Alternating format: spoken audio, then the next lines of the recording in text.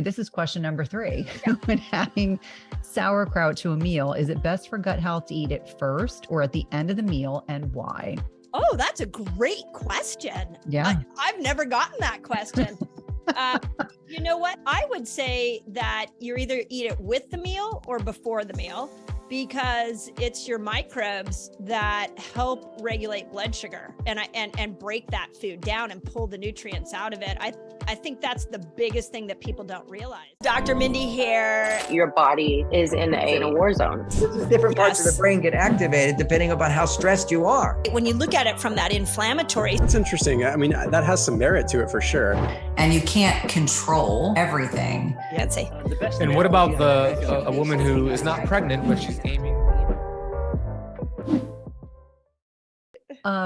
I'm super excited to bring you back. First of all, to congratulate you on your new book, which is due out any day. And by the time this podcast releases, it'll have been out for about a week. But I thought it might be fun because we've recorded together several times and do kind of a Q&A. And let's do it. Some of these questions are really, quite honestly, are funny. And I thought to myself, I was like, this is fantastic because I can't think of anyone else I would prefer discussing them with other than you. So good to have you back, my friend. How is the pre-book launch phase going for you? Oh God. Well, okay. So this is my 4th book. So we have an idea of what how the game that needs to be played. And so we've been going strong for 6 months. And I would say that we're a week out, and this weekend I hit a moment where I haven't had a day off in starting in September, I think I maybe had 4 days off total where I just didn't do anything. So, as you know, it's a lot to launch a book of this magnitude out into the world. And it's not just you, right? It's your publisher, it's your agent, it's your team. And so it's a loaded question how I'm doing, other than we've done a lot and I'm excited to get out into the world. Yeah, absolutely. And I remind people think of it like it's just a sprint to the publication date. And I remind them it's a marathon, because it's not just the time leading up. It's, you don't want to abandon your book. So it's understanding it's this long process of publishing. And so my heart goes out to you. I know that you've been through this process before. This was my first time. And I can honestly tell you that it was very humbling. I would encourage you to find an opportunity, set up a vacation or something in the distance so you can look forward to it. Because that was one of the best decisions I made. Was 3.5 months after publication, I had a vacation with my family. And it was the first time I had exhaled in probably 9 months. Yeah. And it felt really glorious. Okay, so good. Yeah, we're going to go. We have Hawaii on the calendar for March. Perfect. And I think we're just so we're, well deserved. It's hard, but to your point, after launch week, I look at January and February, it's all booked. And so it's all good. I mean, I love writing. I love the process of writing. And as you know, women need all the resources they can get right now. So I'm excited to launch it. So absolutely. And I'm so excited to have you on the podcast. So we'll start with the nutrition questions because there were so many of them. In fact, my team was laughing last night when they shared things with me. They were saying it's heavily nutrition focused. And I said, that's not a problem. And then, the typical perimenopause, menopause, miscellaneous, lots of miscellaneous. I was like, I don't even know where to put this, but let's start from the very beginning. Many listeners know that you are very, keto, probiotics in general, fermented foods, how important they are. Someone asked, when adding sauerkraut, and I apologize to those that submitted questions, but my wonderful team did not add the person's name. So I can't say Lindsay asked. We'll just do, this is question number 3. Yeah. When adding sauerkraut to a meal, is it best for gut health to eat it first or at the end of the meal, and why? Oh, that's a great question. Yeah. I've never gotten that question. You know what? I would say that you either eat it with the meal or before the meal, because it's your microbes that help regulate blood sugar and break that food down and pull the nutrients out of it. I think that's the biggest thing that people don't realize, that we put so much focus. If we just even take the mitochondria, how many thousands of hours of conversation about the mitochondria have you had, and how many hacks out there to hack the mitochondria? but really it's your microbes that are going to determine what happens to your food, which is why sauerkraut's amazing. So we typically do we'll do like a grass-fed steak with a sweet potato and then a cup of sauerkraut. That's a pretty common meal. And I just eat it all together. I don't know about you, but it's not my favorite. So I either eat it before or with the meal just to get it down. Yeah, it's interesting. There's a manufacturer of a locally grown kraut, and they have all these kind of more exotic krauts, things that have got curries in them and, coriander. And so I usually will stand at the refrigerator with a fork and I'll take a couple bites of my kraut as I'm like reheating, because usually I'm like in reheating mode as I'm, reheating something for lunch or I'm cooking dinner, and I'll use it preemptively. But I agree with you. I think taking it with a meal or prior to a meal is the way to do it. Yeah. And the other thing that's the kind of second part of this question was someone on social media underneath actually added, well, if your gut's healthy, why do you need probiotic rich foods? Which I thought was, this is a common perception. I think for a lot of people, they're like, it's just not important if your gut is healthy. But I would probably argue that most, if not all of us, have gut health issues we need to work on, even if we're not aware of it presently. Yeah. Oh my God. Again, such a good conversation. I think what we have to realize is that, we always talk about the trillions of bacteria in our gut, but if you look at species wise, how many species of bacteria are in there? The statistics I've seen have been anywhere from a couple thousand up to 7,000 different types of bacteria. And each one of these bacteria are going to do something different. And they each have a food that they're going to resonate with that the other set of bacteria may not. So my experience has been, and I'd be curious your opinion on this as well, has been that people eat the same foods over and over and over again. Sauerkraut can be the same thing. You eat the same sauerkraut over and over and over again. And so you create a monoculture. And I think what we've got to get back to is understanding that the name of the game is to keep diversifying your foods so that you can keep neurotransmitter production up. You can keep your immune system up so you can feed the bacteria that break estrogen down. And so those become massively important, whether you're trying to repair your gut or not.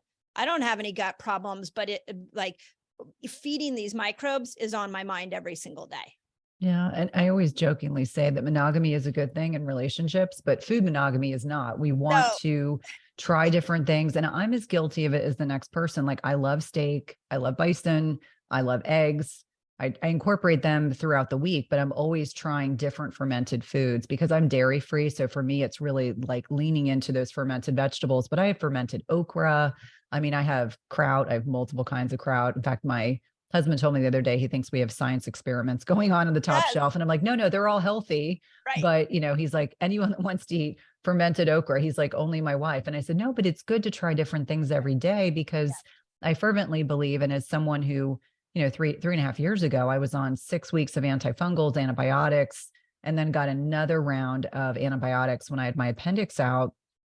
And so I remind people that just one dose of antibiotics can impact your gut microbiome, I think anywhere from 18 months to 2 years. And so for me, I'm still actively working diligently on my gut. And you just think about the average person probably needs more fermented foods, beverages, et cetera, than they're probably consuming right now. And on that point, I also, if you eat out, you're getting glyphosate. And if you eat wheat, the wheat right now has, in America has BT toxin in it, which is going to affect those microbes. So we live in this world where there's so many things trying to deplete our microbial health. Let's make a stand for always helping to grow it. Yeah, absolutely. I think, and especially, as we are getting older, understanding that, as we have less hydrochloric acid production, as we could potentially be, no longer making as vibrant digestive enzymes, as we are exposed to more estrogen mimicking chemicals in our food, environment, personal care products, just understanding that we diligently every day want to be doing, even if it's small things that are going to benefit the gut microbiome. I always say I humbly bow at the temple that is the gut microbiome, because the more I learn, the more I just kind of am fascinated that we humans kind of bumble through life and don't even think about it. Yes. Amen to that. Next question is about, if I indulge in something sweet from time to time, would organic sugar or maybe honey be better than, say, agave, or should I use pure stevia? Oh my gosh. And these are good questions. I love it. Okay. Well, I think you got to look at what personal preference. So I personally do not like stevia. So I don't gravitate to stevia type foods. So there's that. And then you could look at the glycemic index and say, well, okay, stevia's got 0, supposedly. Agave's, I think, under like 10 on the glycemic index. It's a little bit lower. Honey's around a 30 or a 40, and organic sugar, even though it's organic, is up around a 70.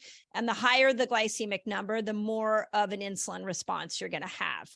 So you choose, you're going to have to think about that if you're concerned about your sugar addiction or craving.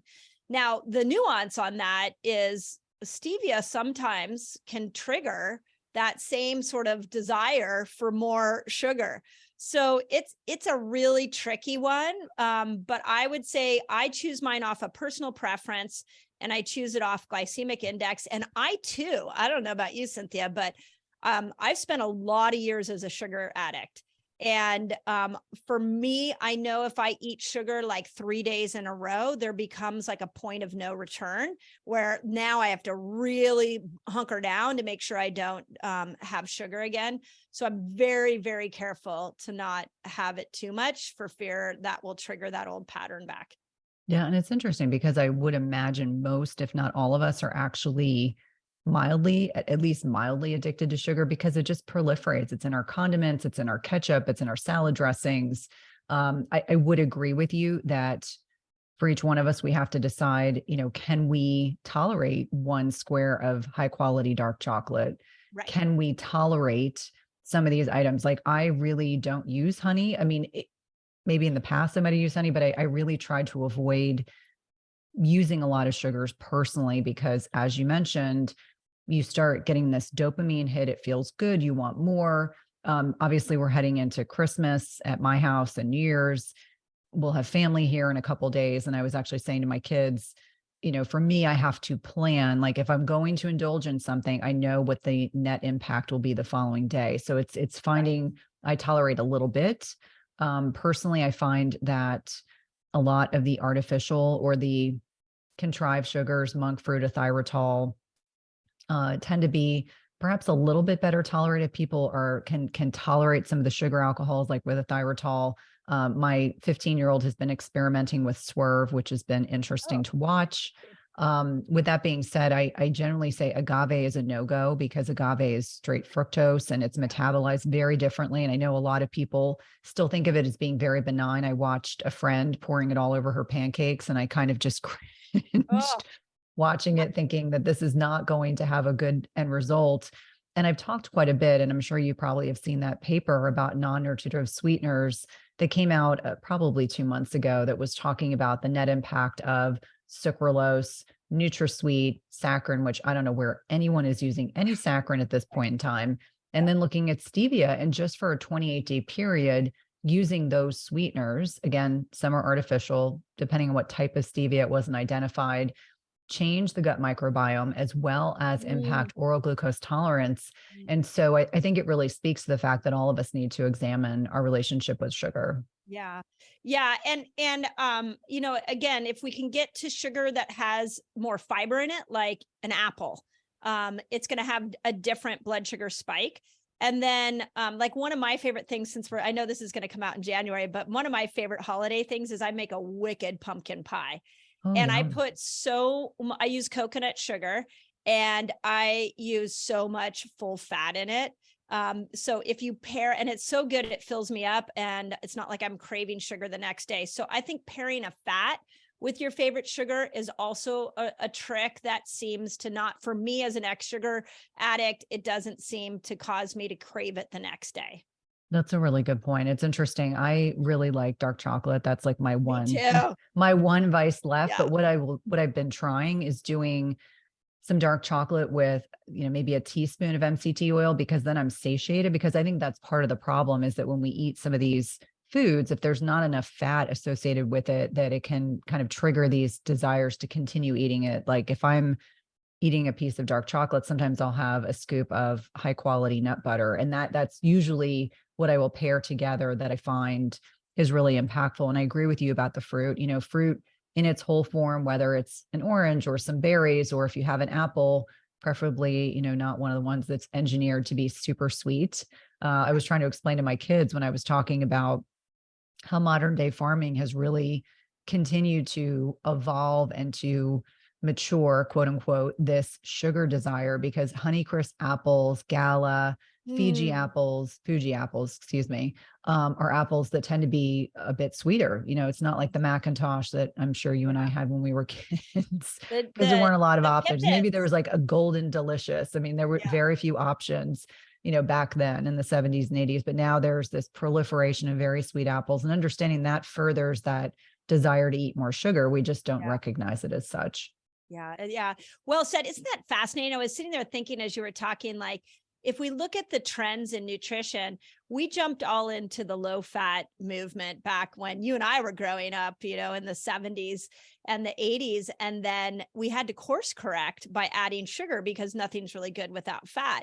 And so we changed everybody's taste buds to the point that we're now even highlighting the more sweet fruits out there because everybody's taste bud is so conditioned for that.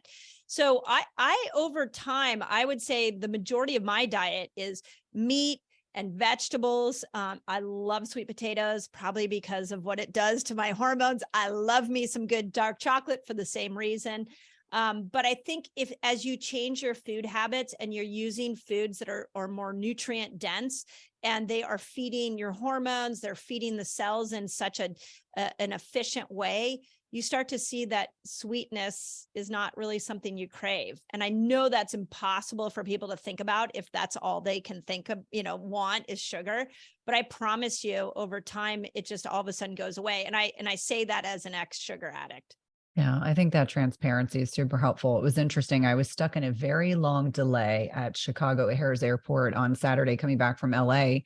And ironically, my gate was across from McDonald's. And so I was watching this group of people. They were like going over McDonald's and getting a meal, and they were come back and then getting ice cream. And then, it was so bad that United rolled out a card essentially to apologize for all these, lengthy delays, a 7-hour delay.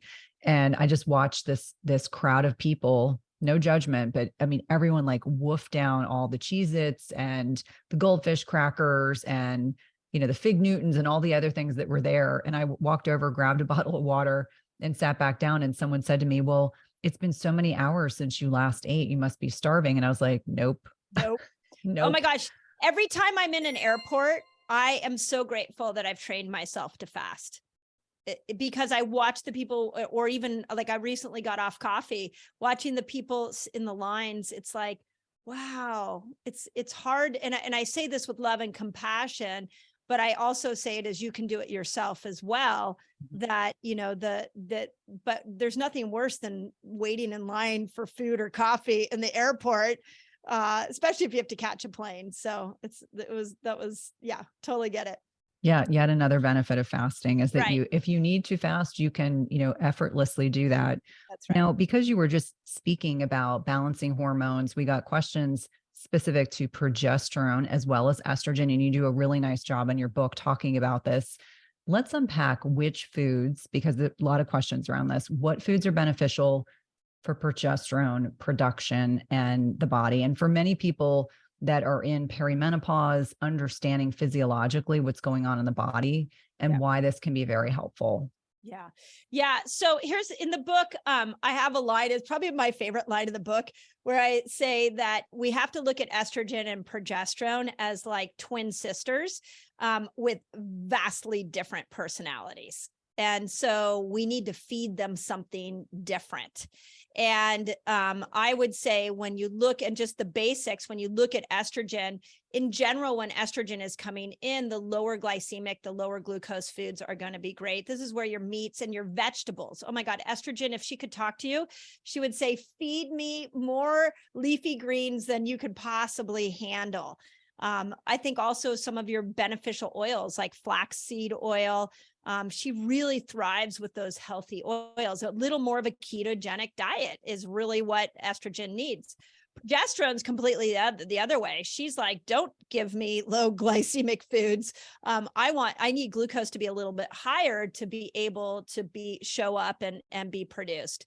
So again, the sweet potato, I feel like is the hero of the progesterone day. I have sweet potatoes all the time. And by the way, I do, back to the microbe thing, we do a variety of sweet potatoes. Have you ever wondered, like when you're at the market, like that we call them all sweet potatoes and yams, but what are they really? Because some of them are purple on the inside, some of them are white, some of them are yellow, some of them are orange. The skin color's different, but they're all in the same section. And so we did some research a couple of years back and found out that the purple ones actually have a specific purpose, not that anybody really knows this, but to feed the bacteria in your large intestine, down deep into the large intestine.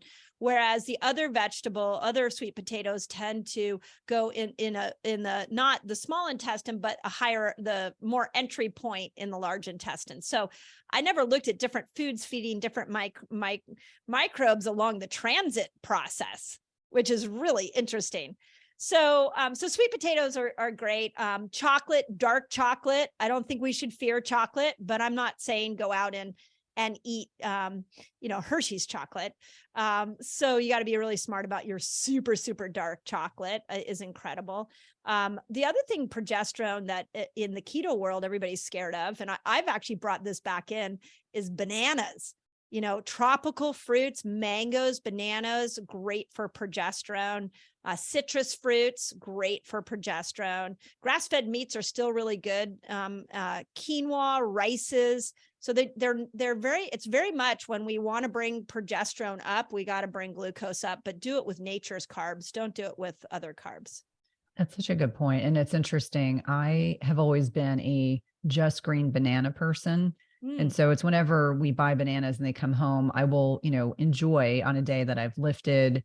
I'm like, I'll have half of a small, like just green banana, but it's literally just turned, from green to yellow. So it has a very different flavor profile, a lot less sugar than, the brown bananas that my husband loves to eat, which I think is a byproduct of the fact that no one else will touch them. But I'm glad to hear you say that, leaning into some of those tropical fruits. Obviously, portions are important. So It doesn't mean that you eat 5 mangoes and a pineapple and a bunch of bananas, but leaning into and kind of intuitively eating. I think this is important. I know not everyone's necessarily at a point where they're able to intuitively eat or intuitively fast, but if you are at that point, you're metabolically healthy. I do encourage people, if it's a higher carb day, lean into those starches that you talked about, just being mindful of portions depending on, where you are on the metabolic flexibility spectrum. Yeah. I was on a podcast interview a week ago it was a sugar addict podcast. And the woman told me that she had been for 90 days eating for her cycle and fasting for her cycle. And that she came in heavier with the carbs I just talked about the week before her period, which would be appropriate for progesterone. And what she noticed was the rest of her cycle, she actually craved carbs less. So I actually have, outside of the microbes idea, my actual gut sense, no pun intended, is that when we actually feed our hormones appropriately, oftentimes the craving goes away. So we definitely have to look at the microbial issue. If you have like candida or something like that, it's going to make you crave it more. But this is our message that we're trying to get out is eat and fast according to your cycle.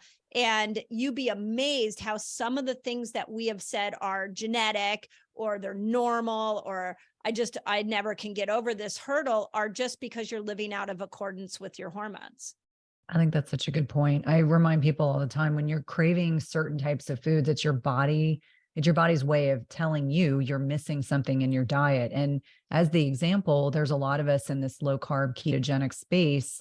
And I have women that will say, well, I'm not supposed to have more than X number of carbs a day. And I'm like, listen, if you allow yourself to have more discretionary carbohydrate in that luteal phase, especially the week before your menstrual cycle, and you adjust your fasting schedule, you are going to have much greater success rather than white knuckling it, which is what I see a lot of women doing. And I always say we don't want to be rigidly dogmatic about anything. I think that is one of the things that I find personally can be confusing. I mean, you and I are both clinicians, but for the lay public, when people are, looking to us for information, we are not rigidly dogmatic, and we encourage our patients and clients not to be rigidly dogmatic, because you may go through a period of time where you're doing carnivore-ish, then you may go back to low carb or ketogenic, you may do paleo. I mean, just understanding that our kind of preferences for nutrition can evolve throughout our lifetime. It doesn't have to be just one, you stay in one lane and you never deviate. Yeah. Yeah. I have come to this conclusion that one of the things we need to embrace as women is that we are rhythmic. We have cycles. Like, as I am starting to enter more into my menopausal time, I'm actually looking at the moon cycle and timing a lot to the moon cycle. And when I go back and I research that, there's a lot of history showing that women, if we didn't have all this blue light, that we would actually all sync up menstrually, our cycles would all sync up with each other, and it would be synced to the moon. And so we have a natural ebb and flow. If you look at our personalities in a month period, when you're menstruating, you're going to have times where you're supercharged, your brain feels incredible, and you feel very social. And then there are other parts of the cycle where you're like, I'm going to sit on the couch here with my sweet potato and my box of huge chocolate. And I'm going to watch a Netflix series, because that you might shame yourself or say that, you shouldn't be doing that, but certain hormones demand that you do that. And so I think I love this idea of like letting go of the rigidity. We as women are meant to be in flow, and we're meant to be in rhythm. It's just that it's a little harder to find that. And so once you start to practice the principles that you and I are teaching, you find your natural flow, and it gets much easier. And I think that's really important. And this is one of the things that I value so much, is that we're both committed to the same population of individuals and women and helping empower them. I jokingly always say, I know more about the menstrual cycle now than I ever did when I was still getting a menstrual cycle, which is really sad and really speaks to the fact that we aren't taught enough about our cycles. And I'm not even sure, I have friends who are GYNs. I'm not even sure they feel like they understand the textbook, conceptualization of, menstruation, follicular phase, luteal phase, ovulation, et cetera, but on a level that is very kind of, it's in a sense that, they're trying to control, like, oh, if you have short cycles, then we lean this direction. If you have heavy cycles, we lean this direction, without even really understanding that there's likely an imbalance that is driving some of the symptoms that their patients are experiencing. And so I'm grateful that we're talking more about it, so that younger generations will be more empowered. They won't feel like there's such a mystery about their evolution through peak fertility, perimenopause, and menopause. And kind of getting back to the cravings piece, I had an interesting question. This young woman said, I'm not sure if it's a bad habit or a craving, but I'm great eating wise for lunch and dinner. Before my window closes, I want treats like chips or sweets. I'm trying to get enough protein at lunch with eggs and chicken with a salad, and then dinner is usually fish or meat with vegetables. I'm not insulin resistant because I just had labs drawn, and I only need to lose 5 to 10 pounds. How can I drop those night snacks, or do you have any options for something healthy? So again, leading into these cravings that we were just talking about. So let me make sure I understand this. Her big hurdle is she is the night habit. The night habit, because she's craving salty, sweet stuff after her last meal. Well, based off of what I heard from her dinner, the first thing I would say is make sure you're getting some good fat in there. Because even just meat and vegetables can often still leave you craving something. So make sure you get some drizzle some oil on the veggies, like try to get some good fat. The other trick that I've done immediately following dinner is I'll just have like a little square of dark chocolate, just to kind of pacify the brain. And then I'll move to like a cup of tea. So if my brain wants something to snack on, I'll move to that. So I think she's got to dial in that dinner with a little more fat to make sure that the next day is going to be a little bit smoother for her, and then she'll lose that 5 to 10 pounds. The second thing, and I know you'll love this one and agree with this one, and I'm doing this for myself now that I don't have my kids at home, is eat a little earlier in the evening. If you want to lose that 5 to 10 pounds, you want to make sure that you're eating a little bit earlier. And eating within like the sun goes down here at like 6 o'clock. I've been trying to eat my biggest meal, get it over with by 5. And now that's going to take a little more strength when you go into that nighttime snacking. So get yourself some good tea, something that's not going to spike your blood sugar. But if you eat earlier, once melatonin's on the scene, you're more insulin resistant. You could drop 5 to 10 pounds just from that. And then the last thing I'll say is you might throw a longer fast at it. In Fast Like a Girl, I mapped out 6 different lengths, and one of them is the 36-hour fast. And I have found that once you've trained yourself to fast, if you can throw one of those 36 hours at it, it can be enough to drop that extra 5 to 10 pounds. Those are some really good suggestions. What I would add is making sure you've got enough protein in that last meal, because I know if I eat 50 to 60 grams of protein in a meal, I am way too full to be thinking about more eating. I would additionally add, I know that even for myself, if I'm by myself in my house and I'm like, maybe I've got a busy week, I'm thinking of 1,000 things. Sometimes I'm in my pantry and I'm like, what am I doing? So the interruption of that habit. So that's sometimes, it's like 20 degrees this morning when I got up, but last night I took my dogs for a walk, took them for a walk when I was thinking about something in the pantry that I didn't need to be eating, took them for a walk, and I interrupt that activity. I actually went upstairs and took a bath and went to bed early because I was dealing with some jet lag. So understanding there's definitely different ways that we can address this, but thinking about more fat with your meal, thinking about more protein, understanding that we're more insulin sensitive during the day. And as it gets, here it's like 4:30, 4:45, it's starting to get dark on the East Coast. So understanding that sometimes closing that feeding window a little earlier than normal, and then also considering an extended fast, I think is a really great strategy. Yeah, agreed. Okay. I got a question about electrolytes, which is completely timely. I'm taking a brand with 0 carbs, 0 sugars, and it says it's suitable for fasting. However, it does have a sweet taste. In the book I'm reading, she was saying in the book, I'm reading about how any sweet taste spikes insulin, regardless of whether or not it's actually sugar. I'm glad she's making that association. Right. Can you possibly shed some light, as I've been drinking these during my fasting hours, and now I'm not sure if it's breaking my fast? Yeah, I mean, in that dilemma, I would get a continuous glucose monitor and know for sure. And if you don't have the financial resources to get the kind that plugs onto your arm, just get a little small one, like that you can get at your drugstore or a Keto Mojo. And then I would just make sure that you test the sweetener and find out. We did this in my Resetter collaborative, our free fasting group on Facebook. We did a test, and it was with like tens of thousands of people. And we tested stevia. So I was like, okay, everybody, I just want to see, and this was both men and women, I want to see what happens to stevia with your blood sugar. And I gave them the blood sugar test, do a test your blood sugar, and then just put some stevia right on your tongue, like without anything, and then test it a half an hour later. There was no consistent certainty. Everybody had something different, had a different response. So, again, we're back to the microbes. They determine your blood sugar. So I think you got to make it personal and do N of 1.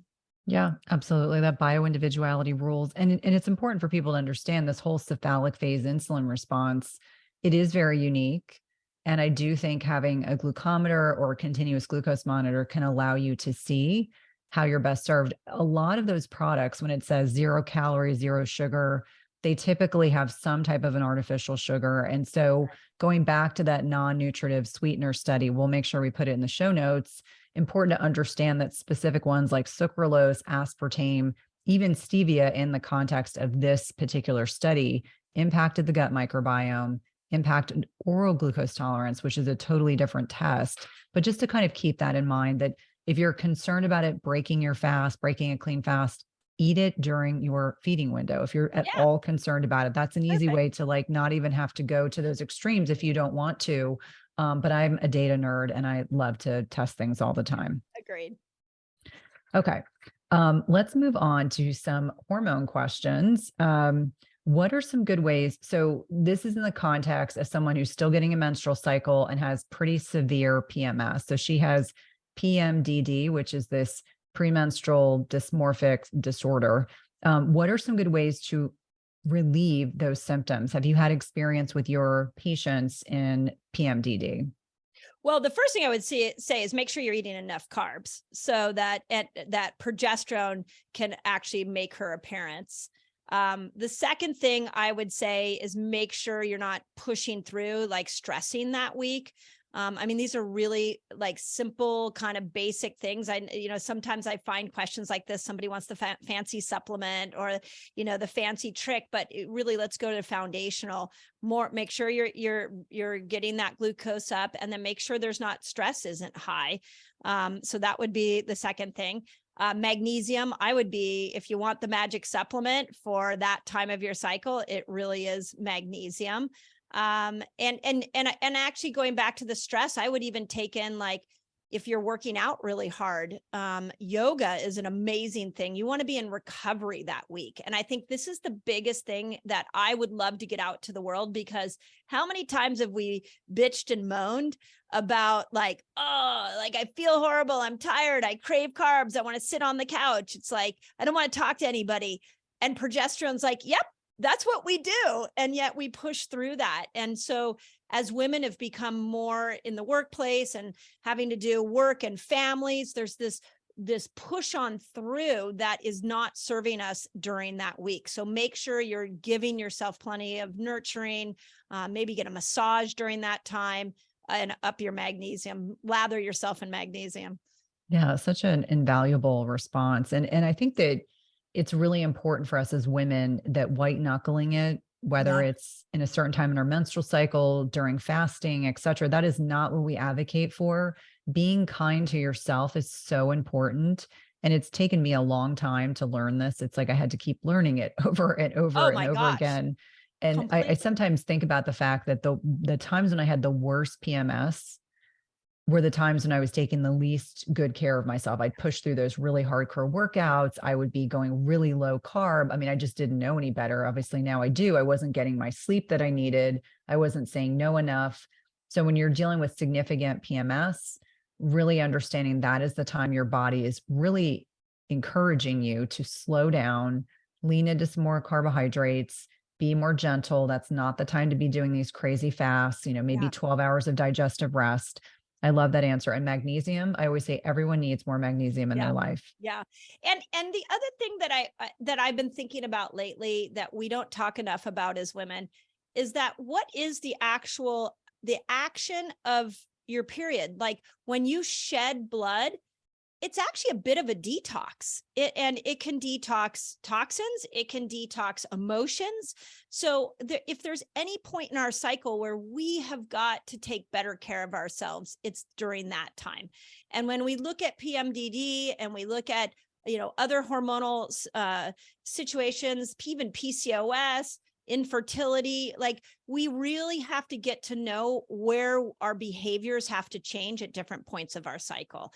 And then honoring that menstruation. I loved what you said about like, I almost wish I had a cycle again. Like now that I understand it at 53, I'm like, sheesh, I wish I understood it at 33, like I understand it now. But it's really that, in the book, I call this the nurture phase. That week before, we need to nurture ourselves.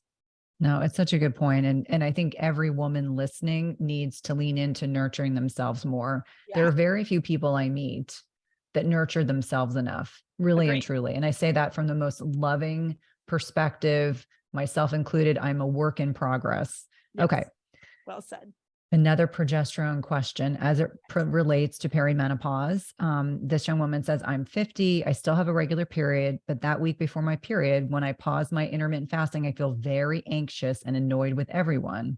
Mm-hmm. I just bought progesterone cream and used it the week before my last period, but I'm wondering if I should be using it throughout the month.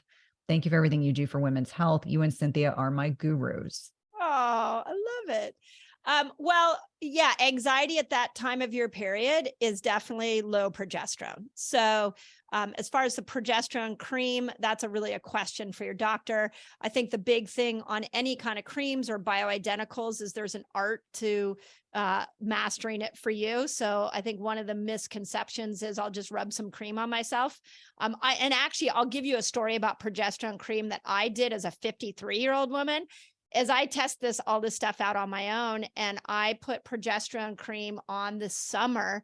I still was having a bit of a cycle this summer, and I literally went crazy. I was like, everybody was agitating me. My kids had come over. I was not kind to them, which I apologized a bit later, and I couldn't understand what was going on with me. And what I figured out was that at 53, I have low estrogen too. So when I rubbed the progesterone cream on me, it took estrogen even lower, which my ability to handle stress became even more difficult. So I think for this woman at 50, we've got to, you find a good practitioner can help you with dosing that. But again, I would go back into everything we've said about progesterone, soften that week, and make sure you're eating more carbs and the magnesium. Like, it's really about slowing down, which is probably the hardest thing to do. Absolutely. And such a good response. I would add to that bio-individuality rules, definitely have a conversation with your medical provider. Get your hormones tested. This is one thing that I really encourage women to do. Nothing makes me more angry. This is tangentially, I'm just going to say this one thing because I know you appreciate this, Mindy. A woman said to me recently, my doctor told me I don't need to check my hormones because I'm in menopause. And I said, you need a new provider. Like, that was my standard refrain. So knowledge is power. Work with someone that's going to work concurrently with you, work as a team so that you get the information that you need. I do find for younger women, sometimes that progesterone cream, if needed, can be helpful that week before. Agree. I do think for other women, they may need oral progesterone if that's what they're interested in doing. And you would obviously want to make sure that you're working with your provider. But I would get tested, because the fact that you had this exacerbation of just being irritated, much to Mindy's point, if you're at the tail end of perimenopause, your estrogen levels are probably pretty low to begin with. And it would really be of value to know exactly where you are, get your labs tested, work with someone that will consider all the options that are available to you. Yeah. Well said. Okay. I need some clarification. I'm still foggy with perimenopause and fasting for my cycle. If I don't fast the week of my expected cycle and then my period does not start, do I keep a 12-hour fasting window until my period starts? What if I skip and cycle completely? I want to work with my cycle, but in a season of unpredictability, I am not able to get into a good rhythm. I typically have a 30 to 35 day cycle, and I would like to do a 16-8 at least 2 to 3 days per week. Yeah. Oh my gosh. So the perimenopausal woman, we've been there. We get it, and it's hard, and it's probably the hardest age range to explain how to eat and fast because there's no predictability. So here's what I say is a couple of things. You want to get to know the personalities of your hormones, and this is how I look at it. Is that when I would all of a sudden, like I'm actually 90 days into no cycle. And so what I don't have anything to map it to. So I usually go, okay, if I'm anxious, I didn't sleep well, and low back pain is one that shows up for me with progesterone. I go, okay, and I'm hungry in the morning. Those are signs that I need to feed progesterone. So I won't fast that day, or I won't fast as long, and I'll lean into more foods like we've talked about.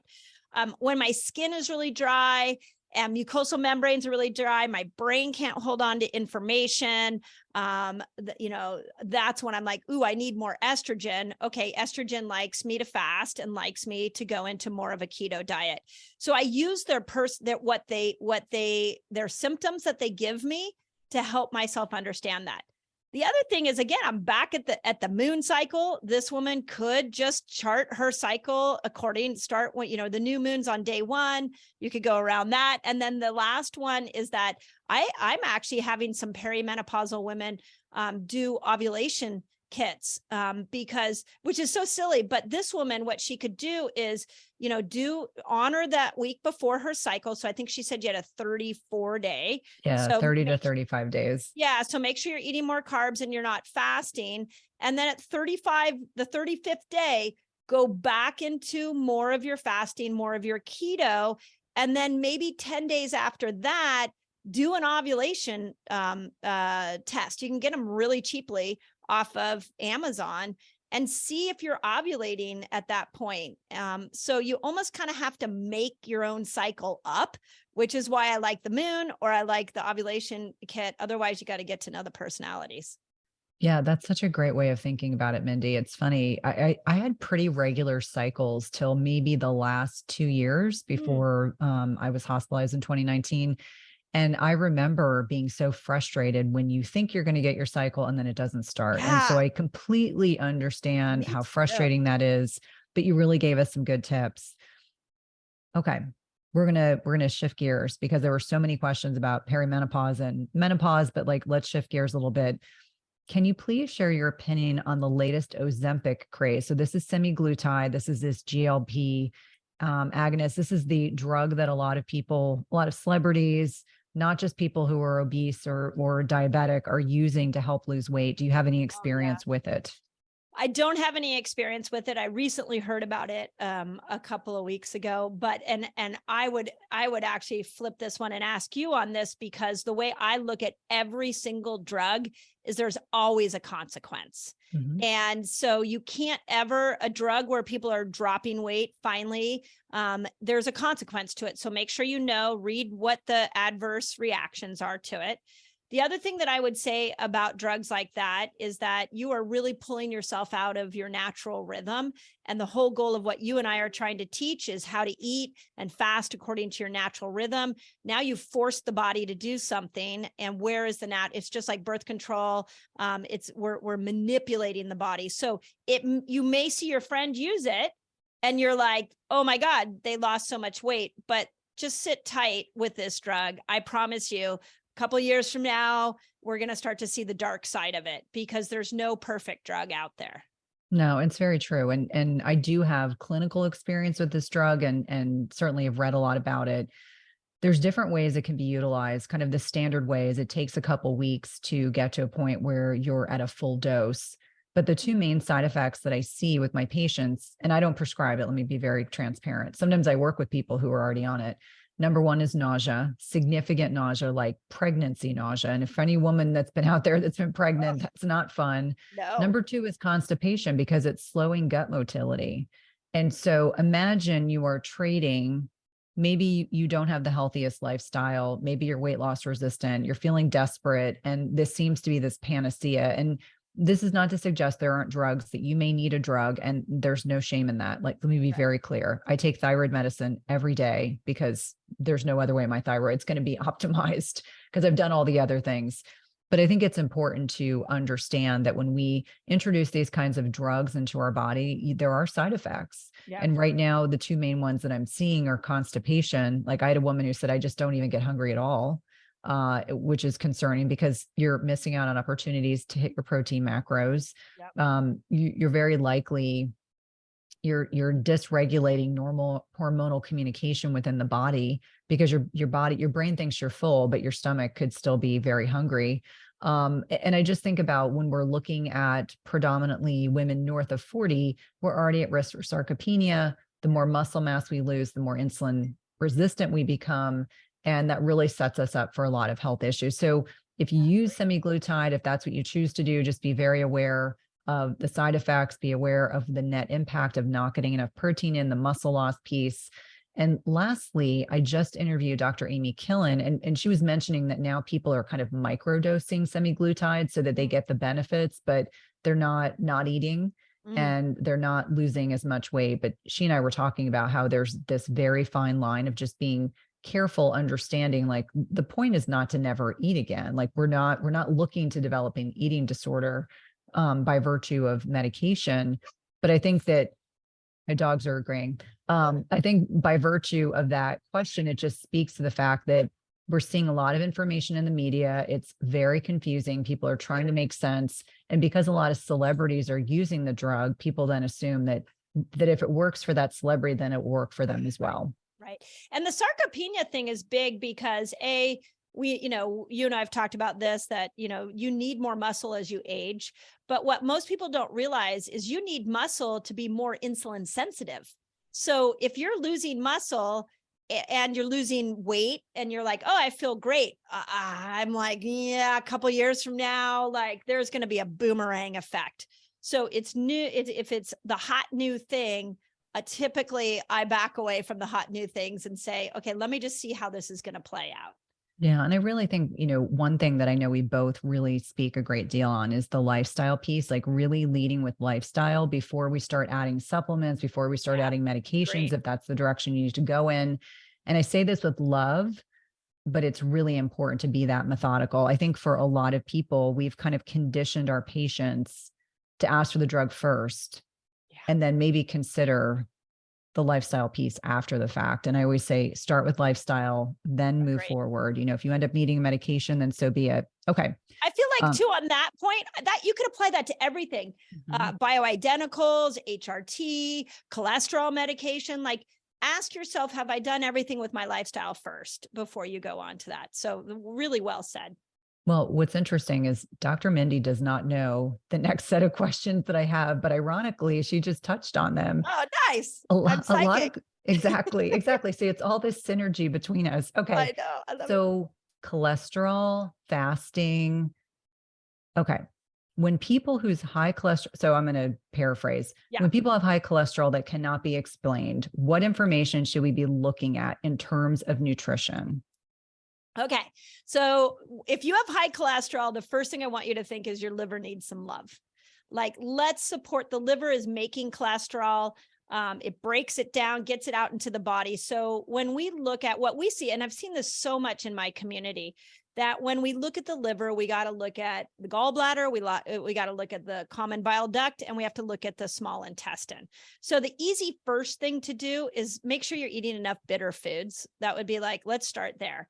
Second thing is, I'm a fan of fasting for anything that's going on in the small intestine, because SIBO, not that this person has SIBO, but if you had any dysbiosis in the small intestine, to date, there hasn't been a lot of great supplement remedies for that, but fasting will bat that stuff down. So make sure that you're cycling your fast, and maybe even go in. I like, for gut health, I like a 24-hour fast. Outside of that, then you've got your castor oil packs and your coffee enemas, which I think are good. But in general, we need to think liver when we think high cholesterol, especially before we get on a statin, because we know that the brain needs cholesterol.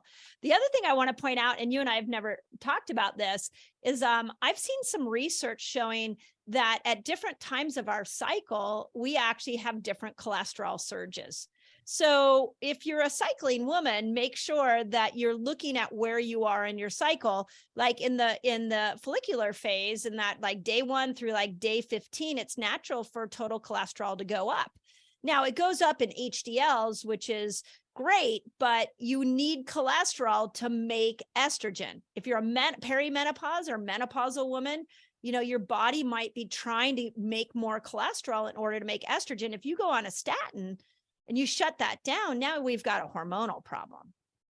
No, it's such a good point. And you're right. We have never talked about this, but yet it makes complete sense that where we are in our menstrual cycle vis-a-vis having lab testing can be incredibly impactful.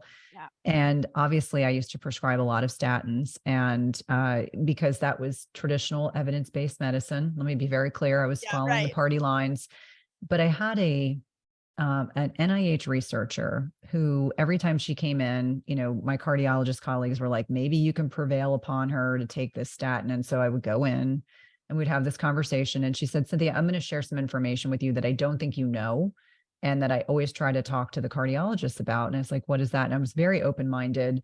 And she explained what statins do in terms of impacting potential of brain health.